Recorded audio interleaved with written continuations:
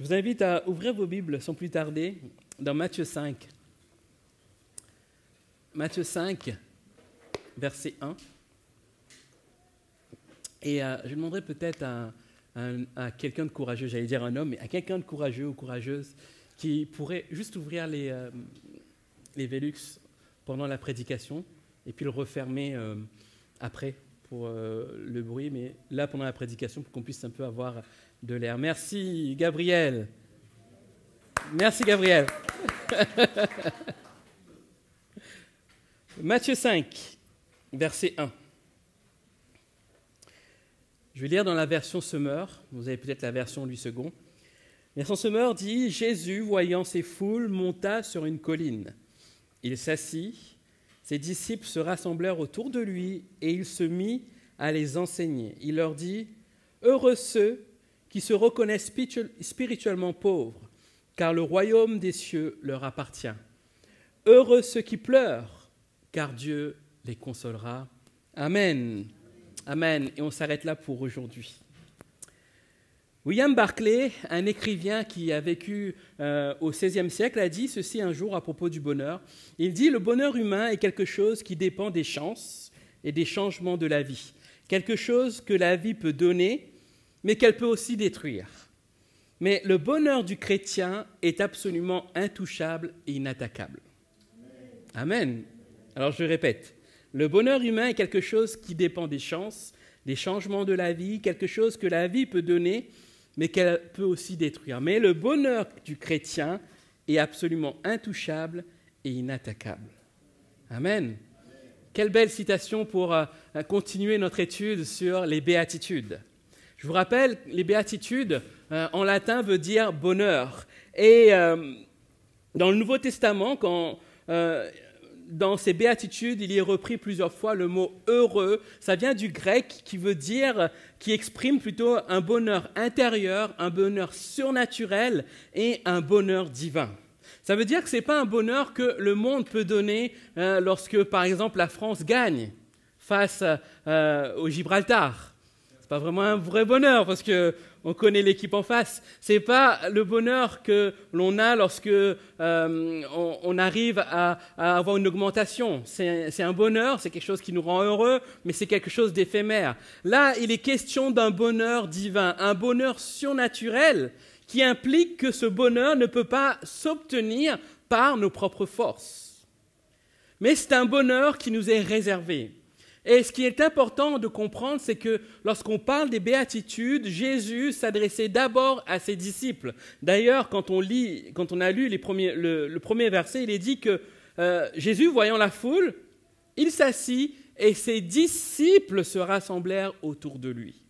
Donc Jésus s'adressait d'abord à ses disciples, puis la foule qui était là, parce que la foule le suivait depuis longtemps, mais le message était adressé premièrement aux disciples. Et ce message des béatitudes, de la même manière, nous est adressé aujourd'hui à nous, disciples de Christ. C'est un message pour vous ce matin. C'est un message pour toi. Dis-le à ton voisin, Jésus a un message pour toi ce matin. Jésus a un message.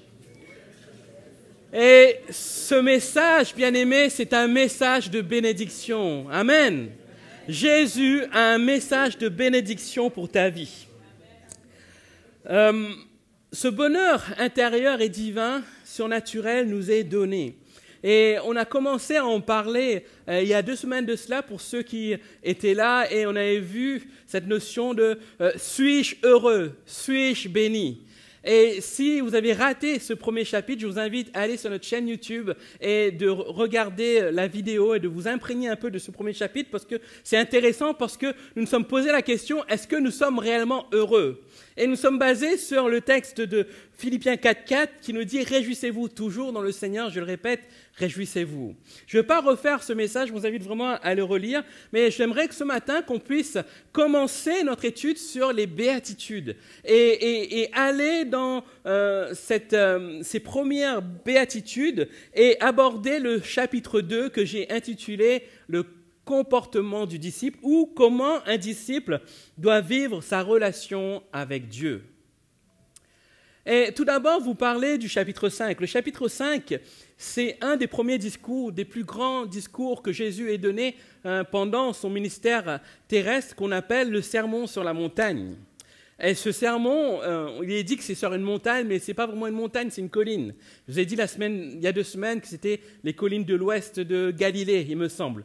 Et lorsque Jésus est en train de prononcer ce discours, tout le monde reconnaît en Jésus quelqu'un de particulier, comme un sauveur. À ce moment précis, le peuple d'Israël attend un sauveur de la part de Dieu, le Messie.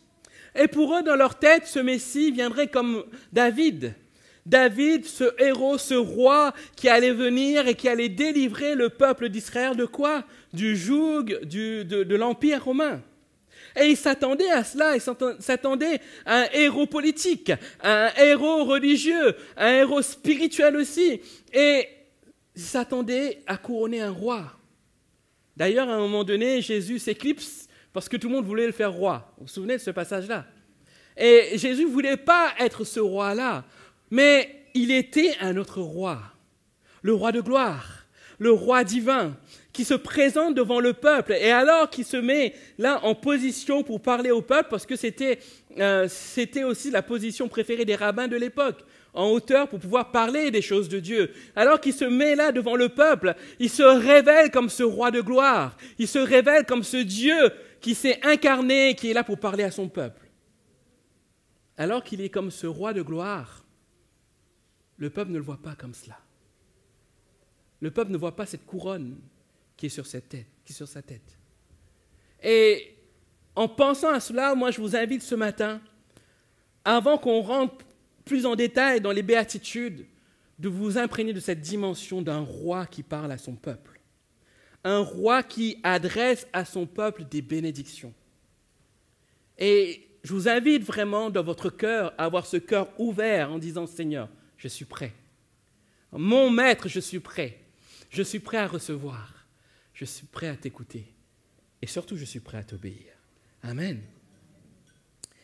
Et du coup, Jésus commence à parler à la foule et il parle des bénédictions qui sont offertes à ses disciples. Et lorsqu'on commence à lire les béatitudes, on voit que Jésus va bousculer les raisonnements de l'époque. Pourquoi? Parce que Jésus va dire que pour être heureux, il faut être pauvre. Pour être heureux, il faut être affligé.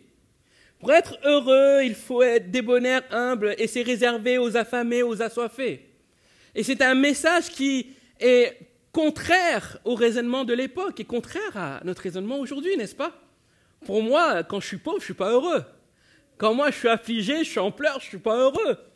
Mais pourtant, Jésus est en train de prononcer un discours qui détonne et qui marque une rupture avec ce que le peuple attend de l'époque et avec ce qu'on attend aujourd'hui. Est-ce que Jésus, en parlant de pauvreté, il est en train de parler de vœux de pauvreté? Est-ce qu'il est en train de dire, alors que tu as un boulot haut placé, alors que tu es chef d'entreprise, abandonne toute sa vie dans la pauvreté? Est-ce que c'est ce que Jésus veut dire? Non, il n'est pas en train de parler de ça. Mais alors pourquoi Jésus dit que c'est important pour nous d'être heureux, d'être pauvres? Est-ce que Jésus souhaite que nous souffrions dans notre marche? Est-ce que la souffrance peut-elle produire le bonheur? Comment ces affirmations qui de prime abord sont négatives peuvent nous rendre heureux ce matin? Mais c'est l'enseignement des béatitudes que j'aimerais vous laisser ce matin. Alors est-ce que vous êtes prêts ce matin?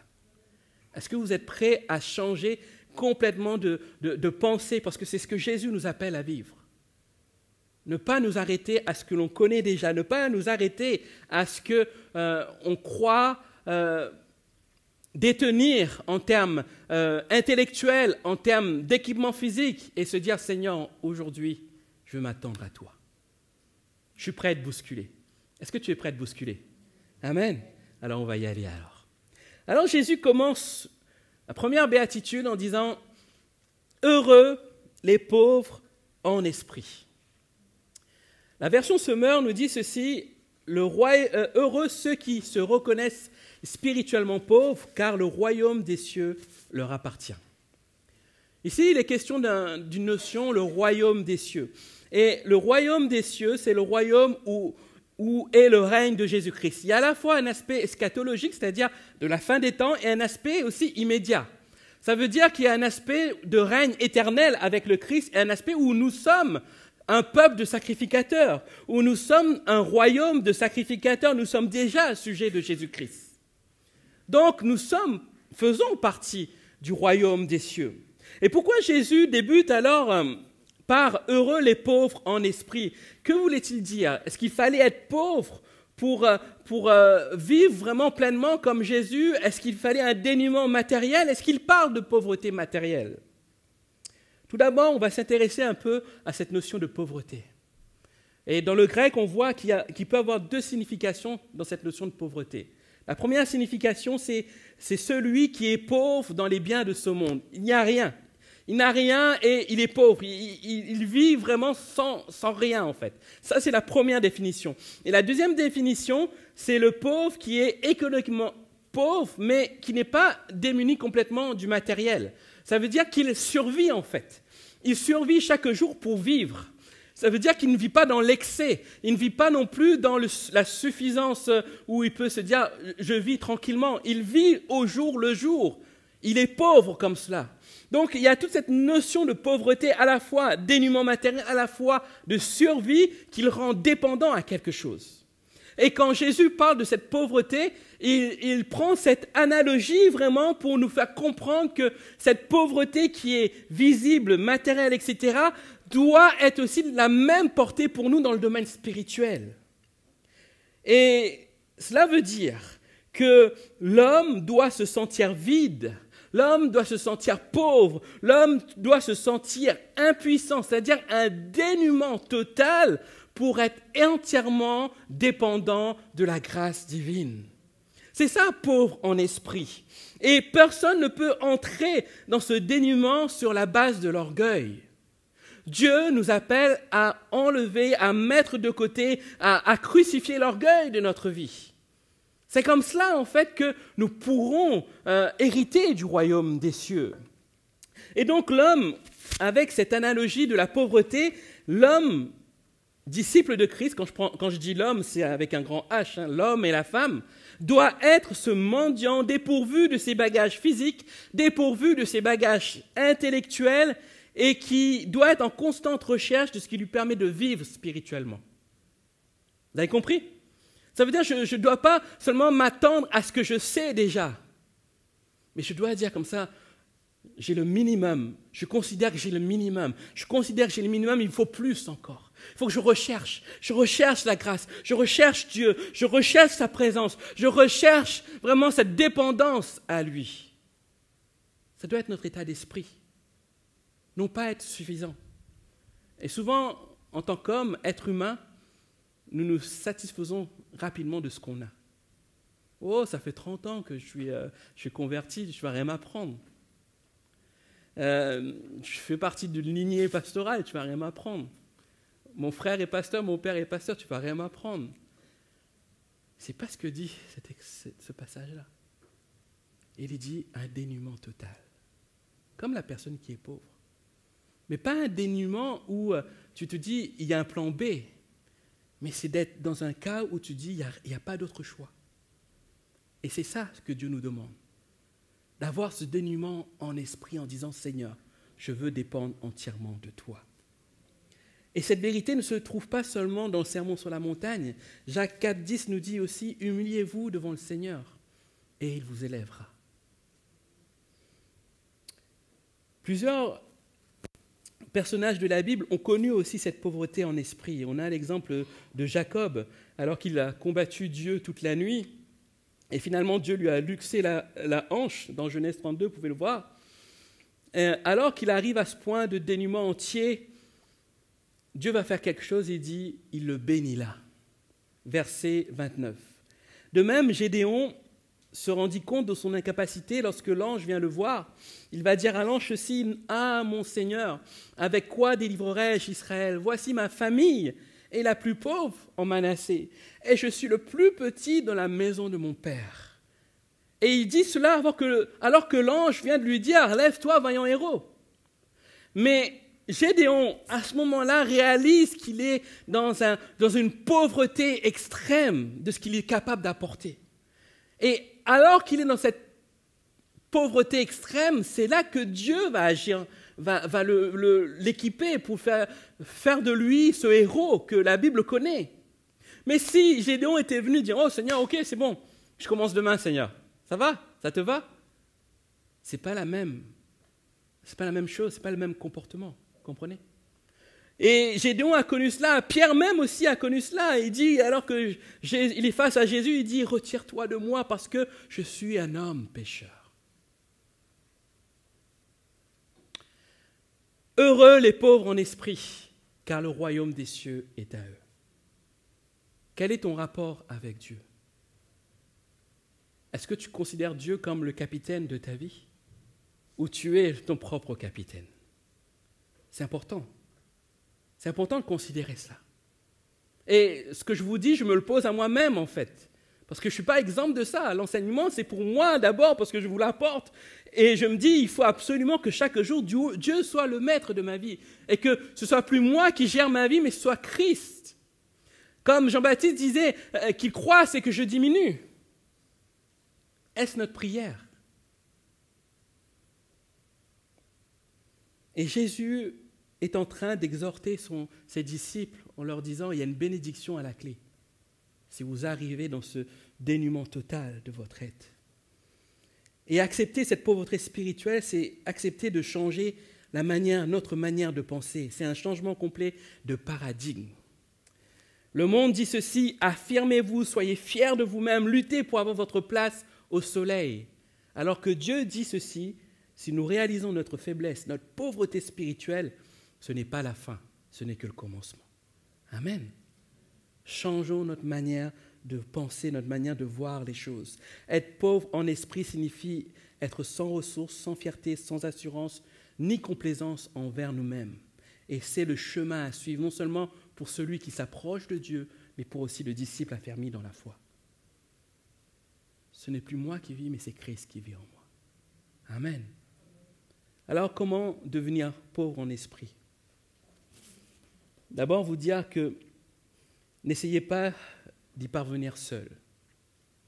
Lisez la parole de Dieu. Cherchez à voir Dieu, à connaître Dieu à travers les pages de la parole. Que Dieu prenne une place importante dans votre vie. Et c'est là que votre moi va diminuer. Si Dieu prend cette place, alors vous allez considérer aussi sa place dans votre vie. Mais si vous n'étudiez pas sa parole, si vous ne cherchez pas à connaître Dieu, à vivre avec Dieu, alors votre moi va prendre le dessus. Et vous ne pourrez pas expérimenter cette pauvreté en esprit. Regardez à Dieu et non à nous-mêmes. Ensuite, la deuxième chose, faisons mourir le vieil homme ou la vieille femme, si vous voulez. Faisons mourir le vieil homme. Et là, je parle ici de l'orgueil. Oh, combien l'orgueil est un piège pour l'être humain. L'orgueil nous empêche de vivre cette humilité. Ce n'est plus par nos propres forces ou notre intelligence, mais uniquement par l'Esprit du Seigneur. Proverbe 29, verset 23 dit ceci, « L'orgueil d'un homme l'abaisse, mais celui qui est humble d'esprit obtient la gloire. » Ne vivons pas dans ce que nous savons, dans ce que nous croyons savoir. Nous ne sommes pas meilleurs que les autres. Dieu nous demande vraiment de nous rabaisser. Ce n'est pas un rabaissement où on va t'appuyer dessus, on va te marcher dessus. Non. Mais s'abaisser devant Dieu et non devant les hommes. Vous savez, je suis triste et en colère quand je vois des vidéos de pseudo-pasteurs qui mènent un joug sur leurs fidèles.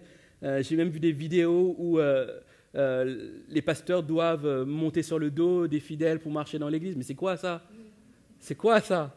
C'est quoi? Hein? C'est pas le pasteur. Vous ne devez pas être humilié face au pasteur. Le pasteur n'est rien, c'est un homme comme vous. C'est humilié devant Dieu. Comprenez? C'est pas la peine de faire devant moi, je suis comme vous, hein? Ok?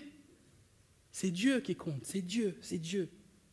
Et c'est à nous de nous attacher à Dieu, de dire Seigneur, maintenant je ne dépends plus de moi, mais de toi, Seigneur. Ensuite, comment devenir pauvre en esprit? C'est demander. Vous vous souvenez de cet épisode de ce publicain et de ce religieux qui priait? le religieux qui disait comme ça, je te loue parce que je ne suis pas comme celui qui est à côté de moi. Et le publicain qui dit, aie pitié de moi, Seigneur. Aie pitié de moi. Demander à Dieu, c'est d'avoir cette attitude-là en disant, Seigneur, aie pitié de moi. Je ne suis rien. Je te demande vraiment que je puisse avoir ce cœur entier pour toi. Aie pitié de moi, parce que ce que je fais est mauvais. Mais je sais que ta grâce est dans ma vie, Seigneur. Aie pitié de moi, Seigneur. J'ai besoin de toi. J'ai besoin vraiment d'être attaché à toi. C'est ça que le Seigneur nous demande. En résumé, comment devenir pauvre en esprit, c'est de regarder à Dieu, faire mourir notre chair et de demander. Amen. Ensuite, la deuxième béatitude, c'est « Heureux les affligés » ou « Heureux ceux qui pleurent ». Et ce qui est dingue dans cette phrase, il y a un oxymore, il y a un contraire dans la phrase en fait. « Heureux les affligés »,« Heureux ceux qui pleurent ». Combien ont déjà vu des personnes heureuses quand ils pleuraient, quand ils étaient affligés? Quand nous sommes affligés, humainement, on ne peut pas être heureux, n'est-ce pas? Alors que je suis le seul peut-être, non? On ne peut pas le faire. Et pourtant, c'est ce que Jésus dit. Il dit « Heureux les affligés, heureux ceux qui pleurent ». Là aussi, on voit aussi que c'est un message à contre-courant de la vision humaine. Parce que dans la logique humaine, nous faisons tout pour éviter les pleurs. Nous faisons tout pour éviter le chagrin, la souffrance. Et du coup, on occupe nos vies avec des plaisirs, avec la recherche de sensations, l'argent, les distractions. On fait plein de choses pour éviter, au final, de souffrir. Mais Jésus dit, heureux ceux qui souffrent, ceux qui sont affligés, car ils seront consolés. Cette vie nouvelle que le Seigneur veut nous offrir n'a rien à voir avec les rires, avec les bonheurs superficiels et éphémères du monde. Ce n'est pas ce que Jésus veut nous offrir. La Bible nous parle de deux types de chagrin et de douleur. Le premier chagrin, douleur, c'est la souffrance qu'on appelle légitime. C'est ce que nous appelons de manière générale les souffrances de la vie. On l'accepte car elle fait partie de la vie avec son lot de larmes et de pleurs. Ça peut être un deuil, parce que là, on ne peut rien y faire. Hein. Quand notre bien-aimé meurt, il meurt en fait. Et du coup, même si on souffre, on l'accepte malgré nous en fait. Et il y a des souffrances illégitimes. Et les souffrances illégitimes, ce sont les pleurs d'une personne qui est triste parce qu'elle ne peut pas satisfaire ses envies. Parce qu'elle ne peut pas satisfaire son propre lui, en fait, son moi intérieur. Et on a plusieurs exemples dans la Bible. Par exemple, dans 2 Samuel 13, où Amnon convoite sa propre sœur Tamar. Et là, il est dit qu'il pleure jusqu'à s'en rendre malade. Il se rend malade, il est dans le chagrin pour une mauvaise raison. C'est une souffrance illégitime. Un autre type de souffrance illégitime, exagérée, est celle qui est due à un sentiment de culpabilité extrême. Et là, on voit l'exemple de David, quand son fils Absalom meurt, alors que ce n'est pas lui qui donne la mort à son fils.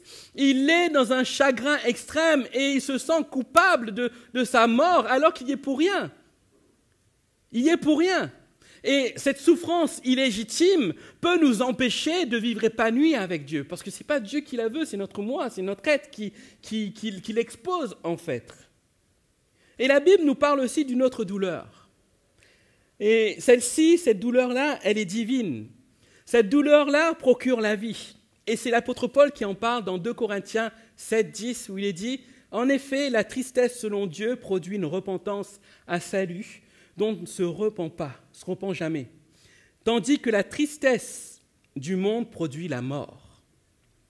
Seule la tristesse venant de Dieu apporte la vie et nous conduit à la repentance.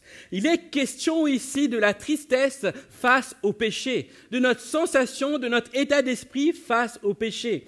Et la tristesse venant de Dieu est liée à la repentance, et la repentance est liée au péché. Et ce genre de tristesse fait que nous sommes tristes parce que nous sommes pécheurs. C'est un appel à prendre conscience de la nécessité à ne pas se complaire face au péché. Et lorsque Jésus dit « heureux les affligés », Jésus est en train de parler de ça en fait, de notre sentiment face au péché, de ce sentiment dans lequel nous sommes affligés. Et ce mot « affligé » est fort, parce que ce mot « affligé » est réservé pour décrire quelqu'un qui pleure la mort. Il est dans une affliction extrême. Et Jésus nous demande, face au péché, d'avoir la même attitude, d'être affligé. Souvenez-vous, lorsque vous avez rencontré le Seigneur, que vous avez été convaincu de péché, vous étiez dans une affliction extrême qui vous a poussé à la repentance, qui vous a poussé à vous tourner vers Dieu. Mais est-ce toujours le cas aujourd'hui? Je vous rappelle, Jésus s'adresse aux disciples. Et Jésus s'adresse à nous qui sommes disciples. Est-ce que nous sommes toujours affligés face au péché? Ou alors c'est devenu banal dans notre vie? Est-ce que le péché, c'est quelque chose qu'on arrive à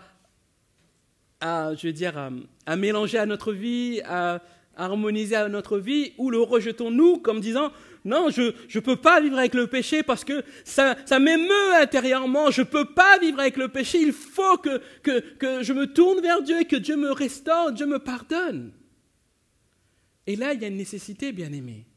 C'est se dire, je veux me remettre en question. Je ne veux pas pactiser avec le péché. Je ne veux pas me complaire avec le péché. Mais je veux vivre une vie libre du péché. Vous savez, comme le psalmiste David a dit dans le psaume 33, il dit « Quand je me suis tu, mes os me consumaient et je gémissais toute la journée. » L'affliction.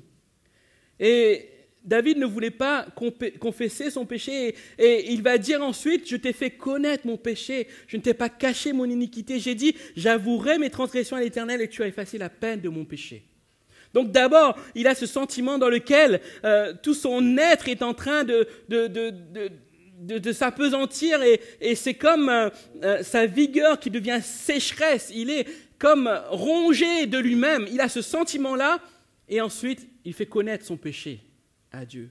Il rentre dans une phase de repentance. Et quand il a fini de tout confesser, il est dit ceci dans Psaume 32, « Heureux l'homme à qui la transgression est remise, à qui le péché est pardonné. Heureux l'homme à qui l'Éternel n'impute pas l'iniquité. » Et ça nous rappelle quoi? Heureux les affligés car ils seront consolés. Et David, à la fin, il est consolé. C'est pour ça qu'il dit « Heureux celui dont la transgression est remise, à qui le péché est pardonné, heureux l'homme à qui l'Éternel n'impute pas le péché. » Il se sent libre de tout ça parce que derrière, il y a eu ce travail de repentance. Et cela nous rappelle aussi que Jésus ne dit pas seulement « Heureux les affligés », il dit « Ils seront consolés ». Il y a une solution. Il y a une suite à l'affliction que produit le péché, c'est que Dieu nous console derrière. Dieu est capable de nous pardonner.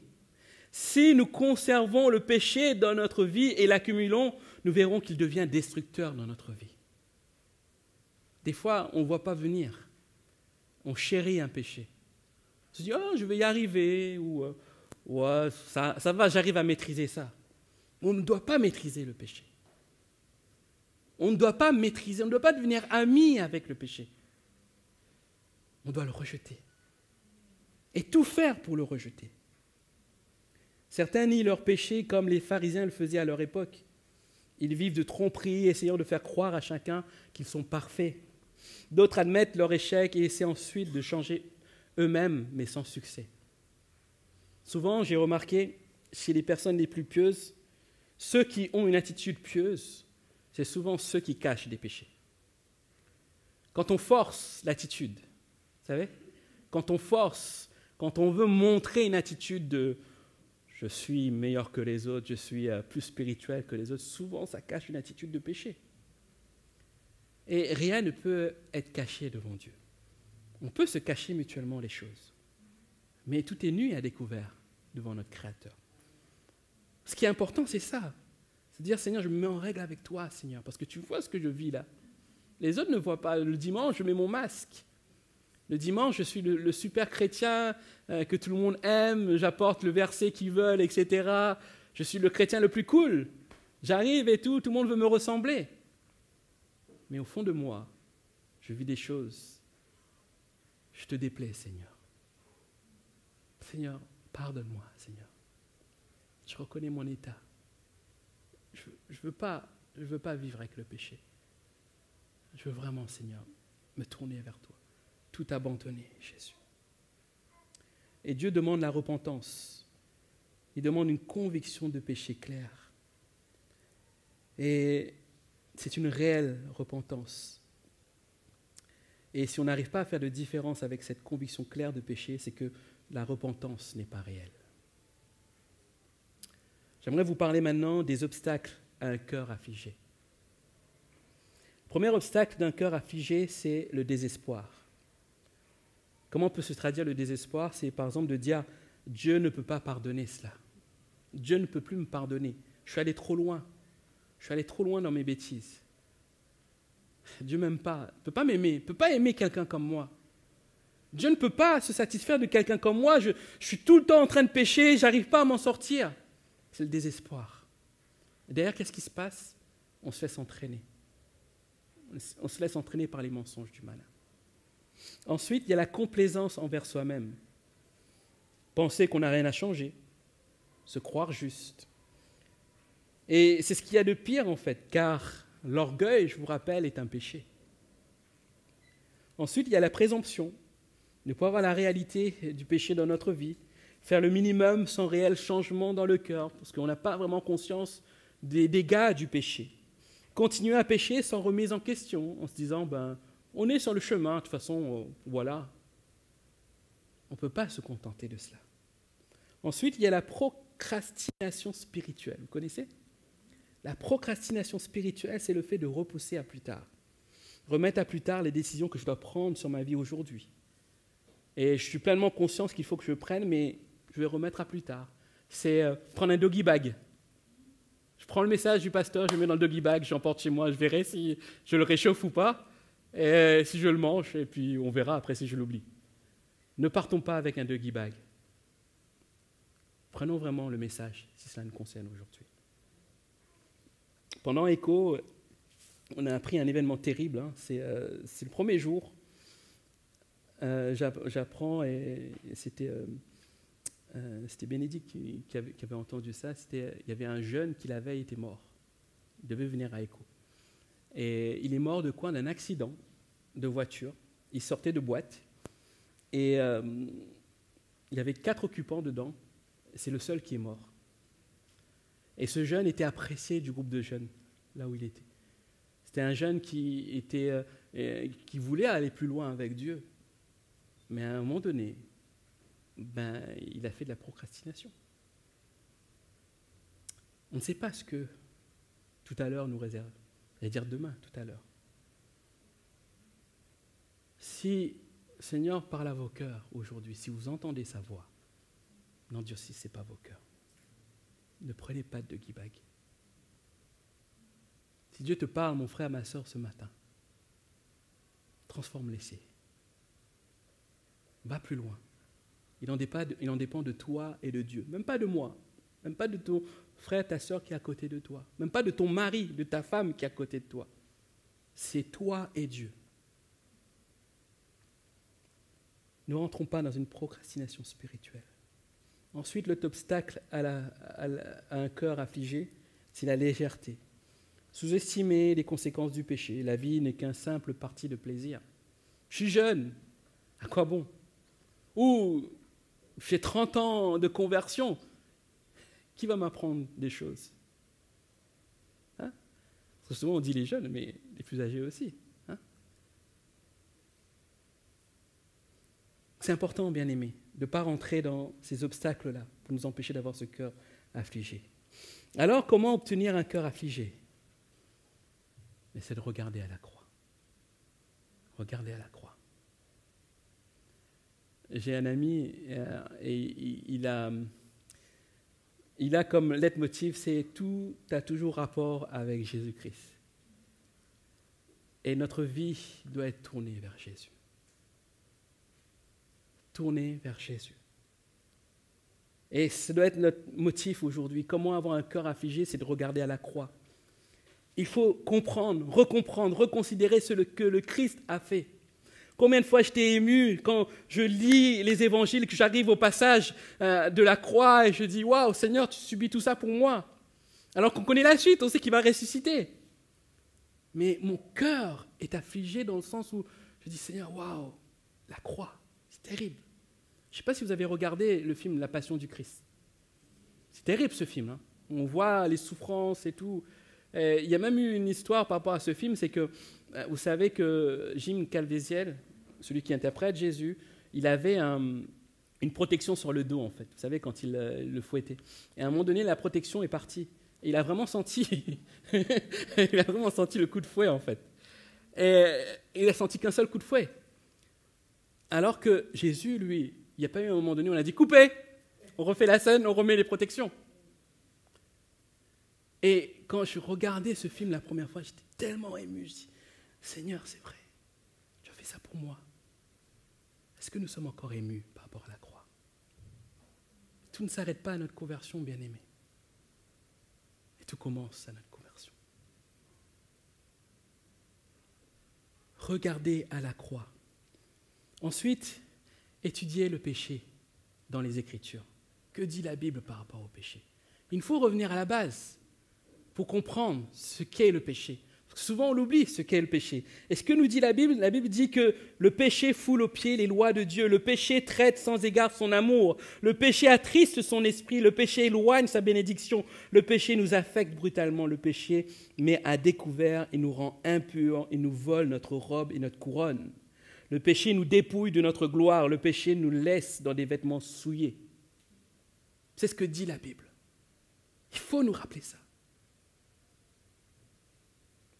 Alors que nous sommes faits à l'image de Dieu, nous devenons alors comme des animaux qui périssent. La réalité du péché. Comment avoir un cœur affligé? C'est regarder à la croix, étudier le péché dans les Écritures. Alors comment savoir si nous avons ce cœur affligé? J'aimerais vous laisser des questions à vous poser ce matin, à nous poser. Sommes-nous sensibles au péché? Peut-être nous en moquons. Prenons-nous plaisir à commettre ces péchés? Ce doit être des alertes dans notre vie, en fait. En disant, Seigneur, non, je refuse. Je veux avoir ce cœur affligé. Et je veux regarder à toi, Seigneur. Pour finir, j'aimerais vous laisser ce texte de Proverbe 4, 23 qui dit « Garde ton cœur plus que toute autre chose, car de lui viennent les sources de la vie. » De lui viennent les sources de la vie. Amen. Vous savez, l'enseignement sur les béatitudes est l'occasion pour Jésus de sensibiliser ses disciples sur la nécessité d'un travail sur l'homme intérieur. Nous avons besoin d'un travail sur l'homme intérieur. Je vous ai dit tout à l'heure, tout ne s'arrête pas à la conversion, mais il y a un travail à faire en profondeur dans l'homme intérieur. C'est ça le travail, la part de sainteté, tendre vers la sanctification. Ce n'est pas à notre mort que quelqu'un va décider que nous sommes saints. C'est là qu'il faut travailler à la sanctification et de dire je rejette le péché. Je rejette toute espèce de péché qui m'enlèverait de ce but d'être pur devant Dieu. Pour cela, ça passe par une prise de conscience du péché, de ses conséquences sur notre vie. Mais ça passe d'abord par une complète dépendance à notre Dieu. Seigneur, je reconnais d'être pauvre devant toi, dénudé devant toi, Seigneur, pour que tu agisses dans ma vie. Amen. Et je terminerai par cette citation de Billy Graham qui dit « Le bonheur chrétien ne dépend pas des circonstances extérieures, mais de la relation intime avec Dieu et de la paix qui découle de cette communion. » Il y a un enjeu, bien-aimé. L'enjeu est le nôtre aujourd'hui. Et je vous le répète encore, si vous entendez sa voix, n'endurcissez pas votre cœur. Ne repartez pas avec un doggy bag. Est-ce qu'on peut prier le Seigneur ce matin ?